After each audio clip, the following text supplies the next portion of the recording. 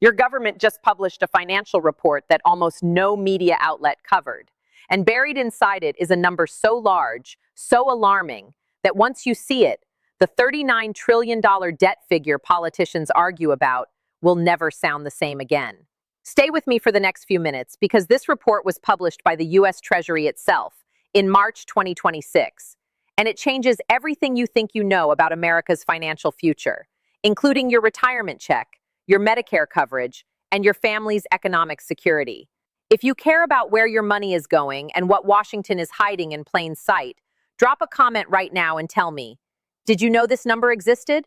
The headline debt figure is $39 trillion. That is the number on the news ticker. That is the number in the congressional debate. That is the number your senator quotes when he wants to sound fiscally responsible.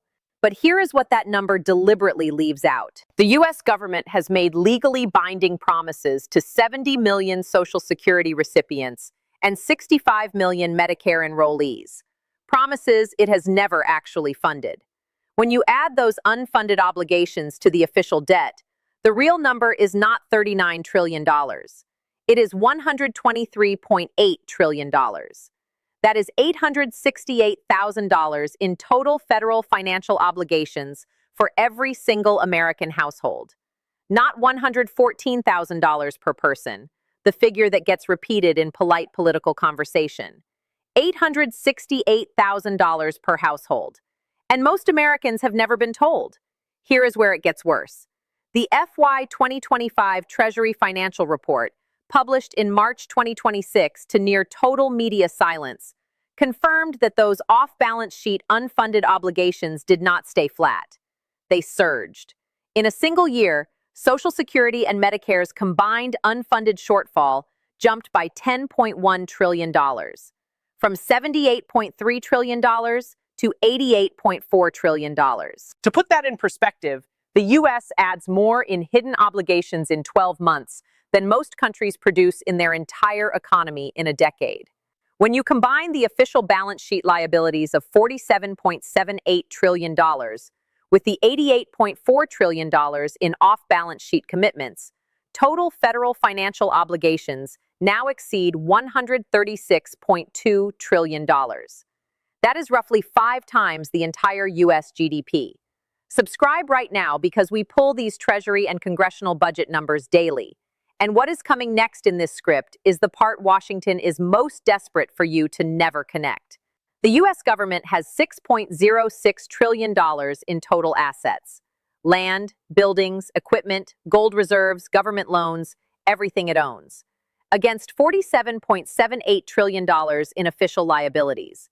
That produces a net negative balance sheet position of negative $41.72 trillion before a single Social Security promise is counted. And when America's own independent fiscal auditor, the Government Accountability Office, reviewed these numbers, they issued a disclaimer of opinion.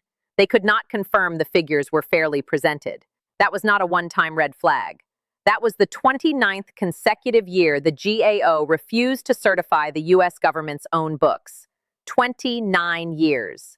Not one administration, not one Congress. 29 years of America's auditor looking at the government's finances and saying, we cannot sign off on this.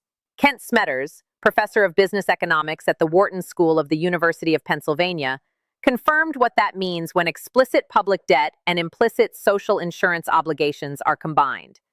The true U.S. fiscal gap is closer to $100 trillion in conservative modeling, and potentially much larger under pessimistic assumptions. The Penn-Wharton budget model estimates that without major policy changes, Treasury debt could become unable to roll over its obligations within roughly 20 years. Not 50, 20. Now here is the question nobody in Washington wants you to ask. If the real number is $136 trillion, not $39 trillion, why does every news broadcast, every budget debate, every presidential press conference use the smaller number? The answer is not complicated. The $39 trillion lives on the official balance sheet. The $88.4 trillion in Social Security and Medicare obligations is disclosed in a separate statement, the Statement of Social Insurance. specifically because placing it on the main balance sheet would make the functional insolvency of the United States government impossible to obscure. The shadow debt is not hidden by accident. It is separated by design. The Social Security Old Age and Survivors Insurance Trust Fund will be depleted in 2033, 7 years from today. That projection, confirmed by the 2025 Social Security and Medicare Trustees Report, comes with a legal consequence that most Americans do not realize exists. Social Security cannot borrow. It cannot access general government revenue. When the trust fund is empty, benefits are automatically cut to match incoming payroll tax revenue, by law, with no congressional vote required. The projected automatic cut when depletion hits, 21 to 23% across the board. For the average retiree currently receiving approximately $1,900 per month, that is a $400 reduction, overnight, affecting approximately 70 million Americans at once. And Medicare hospital insurance follows the same timeline. The 2025 Trustees Report updated the Medicare HI depletion projection from 2036 to 2033 as well, 3 years earlier than the prior estimate, triggering an automatic 11% reduction in payments to hospitals, nursing homes, and home health providers. When providers face an 11% cut, they do not absorb it. They stop accepting Medicare patients, particularly the most complex, most expensive, most vulnerable ones. The Committee for a Responsible Federal Budget identified 3 separate trust fund insolvency events within the next 7 years. Social Security in 2033, Medicare hospital insurance in 2033, the Highway Trust Fund in just 3 years, triggering a 46% automatic cut in federal highway spending. Construction jobs, road maintenance, bridge safety, all of it slashed automatically by law. 3 programs, 3 statutory cut triggers, 1 7-year window. And here is the political trap that makes this structurally almost impossible to solve. If Congress acts now, the math is painful but manageable.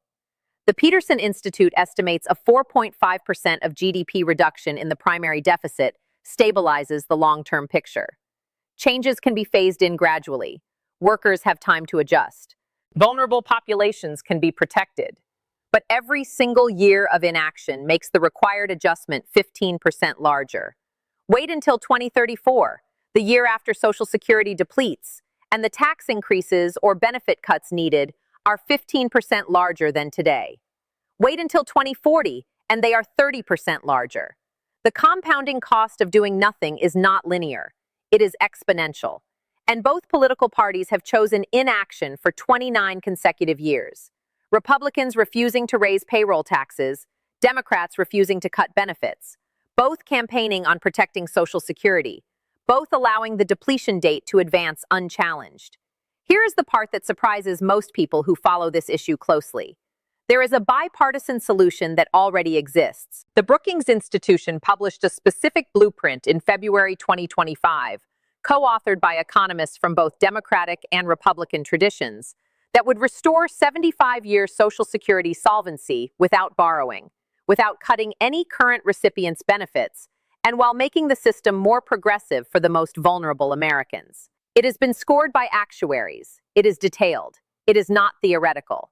It simply requires the one thing Washington has not produced in 29 years: political will. Meanwhile, the most prominent bipartisan proposal currently circulating, the Cassidy-King plan, would issue $12.5 trillion in new federal debt over 5 years, invested in the stock market, and use 75-year projected returns to fund the shortfall. The Committee for a Responsible Federal Budget ran the numbers. That plan would add up to $170 trillion to the national debt, adjusted for inflation over 75 years. Boost debt to GDP by at least 140 percentage points, and expose Social Security directly to stock market volatility. The Wharton School's Deborah Lucas said it plainly. A debt-funded investment in risky assets does not improve the government's fiscal position. The easy-sounding solution is not a solution. It is a debt crisis dressed as a rescue plan.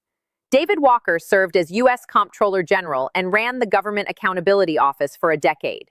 He has said, publicly and repeatedly since 2007, and again in 2026, The federal government is on an imprudent and unsustainable fiscal path.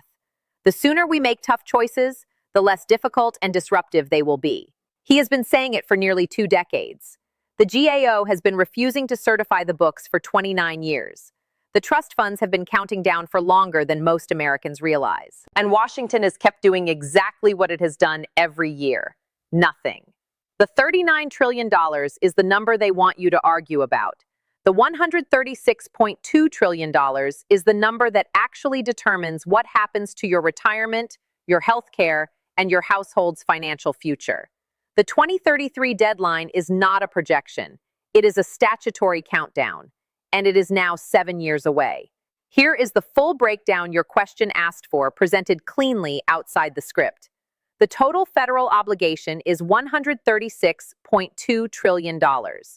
The GAO has declined to certify the government's books for 29 consecutive years. 2 of America's largest trust funds face automatic statutory benefit cuts in 2033, and the cost of fixing it grows by 15% for every year Congress delays. We pull these numbers from official Treasury, Congressional Budget Office, and Trustees Report data every single day.